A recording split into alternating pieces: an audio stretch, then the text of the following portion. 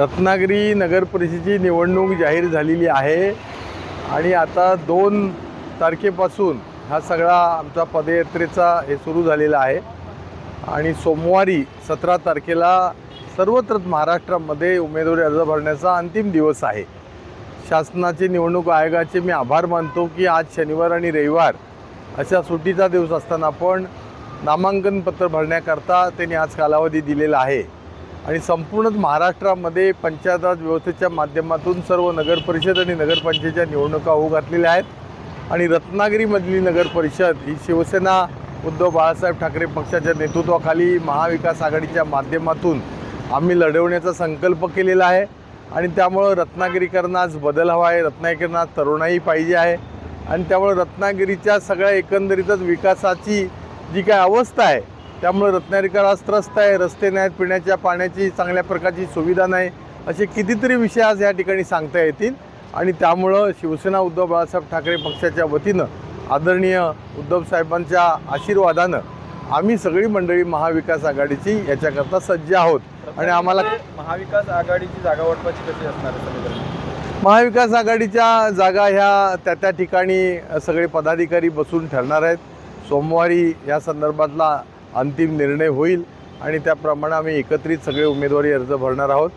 महाराष्ट्रामध्ये आज उद्धवजींचं नेतृत्व आहे, त्याचबरोबर राष्ट्रवादी शरदचंद्र पवार काँग्रेसच्या वतीनं आदरणीय पवारसाहेब आहेत, आदरणीय सुप्रियाताई पवार आहेत, त्याचबरोबर सन्माननीय शशिकांतजी शिंदे हे त्यांचे प्रांतिकचे अध्यक्ष आहेत, त्याचबरोबर काँग्रेसचे अध्यक्ष सन्माननीय सकपाळ साहेब आहेत। यांनी महाराष्ट्रामध्ये ठरवलेलं आहे जास्तीत जास्त ठिकाणी महाविकास आघाडीच्या माध्यमातून लोकांना एक समर्थ पर्याय या स्थानिक स्वराज्य संस्थांमध्ये द्यावा अशा प्रकारचा निर्णय झालेला आहे।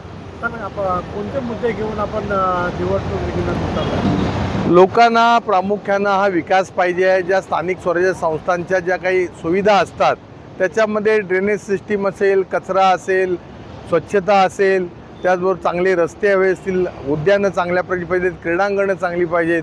आज गेल्या 10-15 वर्षामध्ये रत्नागिरीचा बकालपणा आज सगळ्यांनी पाहिला आहे आणि त्यामुळं आम्ही विकासाचा मुद्दा घेऊन आम्ही लोकांना मॅन्डेट देणार आणि पुढच्या सगळ्या ह्या कालावधीमध्ये एक चांगल्या प्रकारची विकसित रत्नागिरी होण्याच्या दृष्टीनं महाविकास आघाडी म्हणून आमचा प्रयत्न असणार। महाविकास आघाडीचं जागा वाटप कसं असेल? नाही, आता त्या सगळ्या चर्चा सुरू आहेत। मी 100% विश्वास या निमित्तानं देईन की लोकसभेला आम्ही महाविकास आघाडी म्हणून लढलो होतो, विधानसभेला पण आम्ही महाविकास आघाडी म्हणून लढलो होतो आणि त्यामुळे स्थानिक स्वराज्य संस्था म्हणून सुद्धा रत्नागिरीमध्ये, चिपळूणमध्ये, या ठिकाणी संपूर्ण जिल्ह्यामध्ये आम्ही महाविकास आघाडी म्हणून एकत्रितपणाने लढणार, कारण लोकांना सत्तेमध्ये परिवर्तन हवं आहे, लोकांना बदल हवा आहे आणि नवे चेहरे चांगल्या प्रकारचे होतकरू जे असतील, सुशिक्षित असतील, त्याप्रमाणे लोकांना उमेदवार या ठिकाणी पाहिजे। मागील काही दिवसापासून आपण पदयात्रा करताय, रत्नागिरी शहरामध्ये फिरताय, नेमकं काय दिसून आलं, काय संक्षिप्त असं? 9 दिवसाच्या 99 किलोमीटरच्या या माझ्या पदयात्रेमध्ये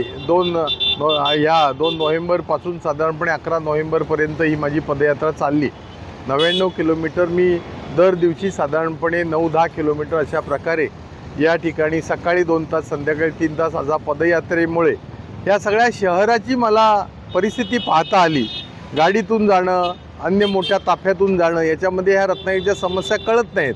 त्यामुळे एक तर स्वच्छतेचा, कचऱ्याचा फार मोठा प्रश्न आहे, घनकचरा प्रकल्पाचा या ठिकाणी प्रश्न आहे, ड्रेनेज सिस्टीम नसल्यामुळं रोगराई त्या ठिकाणी होते, चिकनगुनिया, डेंग्यू, मलेरिया अशा प्रकारचे आजार होत आहेत, वैद्यकीय व्यवस्था या ठिकाणी नाही आहेत आणि सगळ्यात महत्त्वाचं म्हणजे अत्यंत क्वालिटी नसल्यामुळं, डांबराचा 44 कोटी रुपयाचा भ्रष्टाचार झाल्यामुळं, या रस्त्यांच्या कामामध्ये डांबरच नसल्यामुळं दर्जाहीन रस्ते झालेले आहेत, त्याच्याबद्दल लोकांची प्रचंड नाराजी आहे आणि त्यामुळे हे असे सगळे जे विषय घेऊन आम्ही रत्नागिरीकरांच्या समोर जातो।